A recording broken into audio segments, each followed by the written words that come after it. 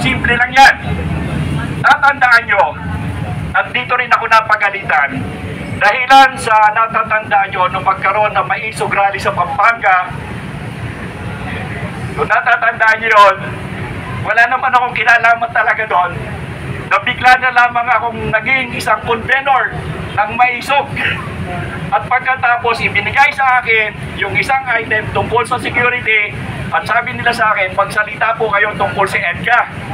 Eh wala naman ako, napatayo lang ako doon sa lamesa, pero alam ko kung anong EDCA, kaya diniscuss ko ito.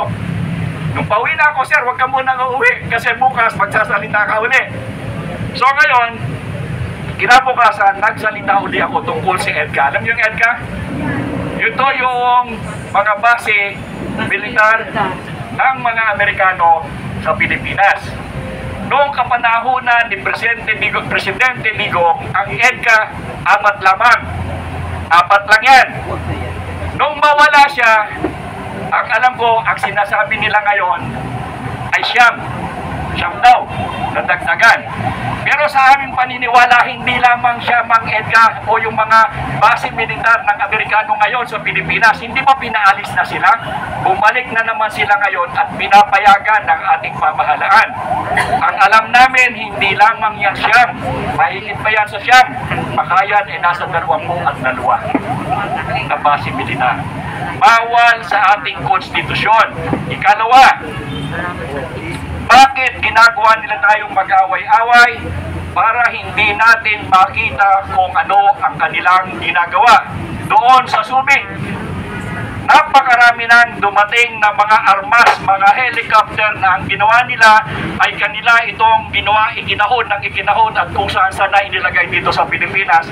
At ito'y nakahanda anytime na magkaroon ng giyera, ilalabas na lang nila ito. Bawal, pero nag-aaring. Ang pinaka-problema natin sa lahat ay yung tinatawag ng Typhoon missile, nuclear missile ito. Dinala nila ito noong kapanahunan na sila'y nagwa-war game dito. Malikatan. Maglagay sila dito ng mga Typhoon nuclear missile, ang sabi nila, during balikatan lamang. That was August, I think. Last year na sila sinabihan na dapat itong alisin sapagkat ito'y bawal sa ating konstitusyon. Alam nyo ba hanggang sa ngayon, nandito pa ang mga missile na yan.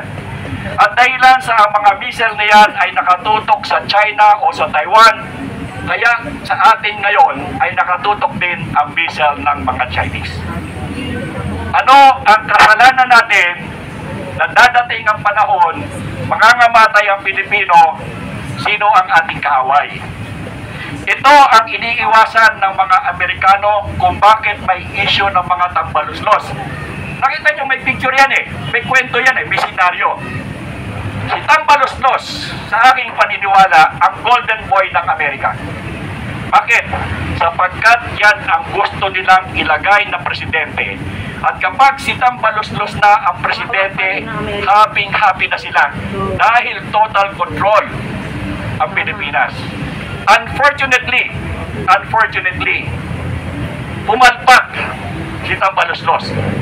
Si Marcos, alam na nila na hindi mag-aari. Alam nila sa Amerika, alam nila kung ikaw ay adik o hindi.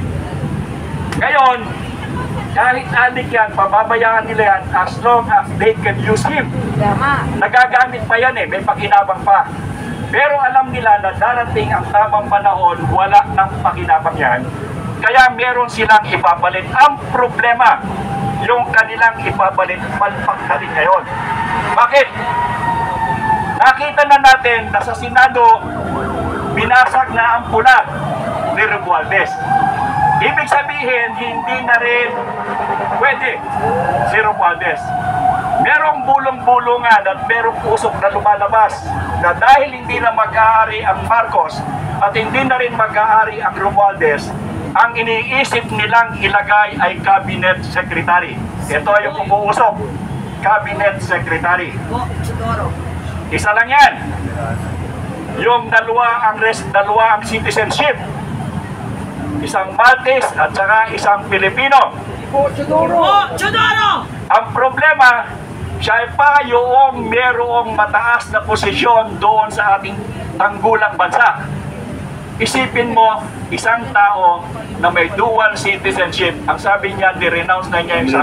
But even then, hindi ka dapat nandiyan dyan sapagkat wala kang sabihin nating pang sarili mong paninindigan sapagkat kumuha kang pa ng other nationality. And yet, pwede sa Pilipinas. Alam niyo dito sa Pilipinas, walang hindi pwede. Pag pag-aari, pag-aari. Di ba? Si Abante nga, pinag-aari eh. Di ba? Yung ang tatlo doon sa Senado, sa totoo lang, hindi naman nanalo yun eh. Pero pinag-aari. So sa Pilipinas, walang hindi po pwedeng pag-ariin kapag gusto ng mga foreigner na may interest sa ating bansa na pag-ariin, mapipilitan ang ating mga tao dito sa gobyerno na pag-ariin sapagkat sila man ay nakikinabang. Alam ko yan kasi nanggaling ako dyan. Alam ko kung paano makinabang dyan sa mga foreigner o doon sa mga ibang bansa na nagpapatakbo dito sa Pilipinas. Alam ko yan. Kung minsan ka, hindi na nga ako kumukuha ng sweldo doon sa kampo dahil sa sobrang pera ko na doon dumadating kasi dolyar yung ginagamit namin sa operations. Alam ko yan. So, makikita natin bakit ganito ang bansa Pilipinas. Ngayon, isa lang. Merong isa na hindi mag-aari at hindi nila papayagan na mamuno ng bansa. Si Sara. Si Sara Duterte. Hindi pwede. Hindi pwede si Sara Duterte. Ayaw. Hindi Pilipino ang umayaw dyan. Yung mga Pilipino nag-ayaw-ayawan dyan. Binidemonize naman si Sara Duterte. Dahil si Sara Duterte hindi po pwedeng maging presidente. Bakit? Neutral ang kanyang posisyon sa Indo-Pacific. Neutral ha, hindi ko sinasabi na siya pro-China o pro-America. Si Sara Duterte, neutral ang kanyang posisyon. At hindi ito papayagan ng Amerikano dahil kapag ikaw ay neutral, ibig sabihin hindi ka nila kakampi. Ang kaaway ng Amerika, dapat kaaway mo rin. Pag hindi mo kaaway ang kaaway ng Amerika, ikaw naman ang kanilang kaaway. Kaya si Sara Duterte, hindi po pwedeng maging presidente sapagkat ayaw ng Amerikano ang kanyang posisyon. At yan ay alam ni Sara Duterte. Hindi ba sinasabi niya na ako ay papatayin? Yes. Narinig niyo yan? No. Dahilan sa alam niya na kapag siya ang oposisyon, hindi siya papayagan. Eh kung si Trump ka, inassassinate eh. Presidente na ng Amerika. Eh sino pa si Sara? Hindi ba? Alam niya yan, kaya sinasabi niya na ako ay papatay. Hindi ba naririnig niyo palagi na kanyang sinasabi? Sapagkat kahit ang kanyang ama, ayaw siyang patakbuhin presidente. Sapagkat kapag hindi ka kaalyado ng Amerikano, patay ka na. Alam ko yan. Alam ko yan. Meron akong kasama. Ginawa nila yan. At ako, sabi nga nila, ako daw ay meron ng pulungan. Kaya ayaw ko talagang magsalita ng ganito. Pero hindi ko na talaga mapigilan sarili ko eh. Kaya nga nag-resign na ako. Ako ay may kulungan akong nakahanda. Sinabihan na ako, tinawagan ako minsan after ko nung magsalita doon sa Maisog sa Pampanga. Ang kasunod doon, tawag ka agad sa akin. Tumigil ka. At ikaw ay meron ng kaso. Alam niyo yung kaso ko? International Monetary Laundering. Hindi ho local ha, International Monetary Laundering. Tinawagan ako dyan at ang aking sabi niya, meron kang bank account sa Bank of China. Sabi ko, baka sa China Bank, hindi sa Bank of China. Sabi niya, hindi. Sa Bank of China na merong account.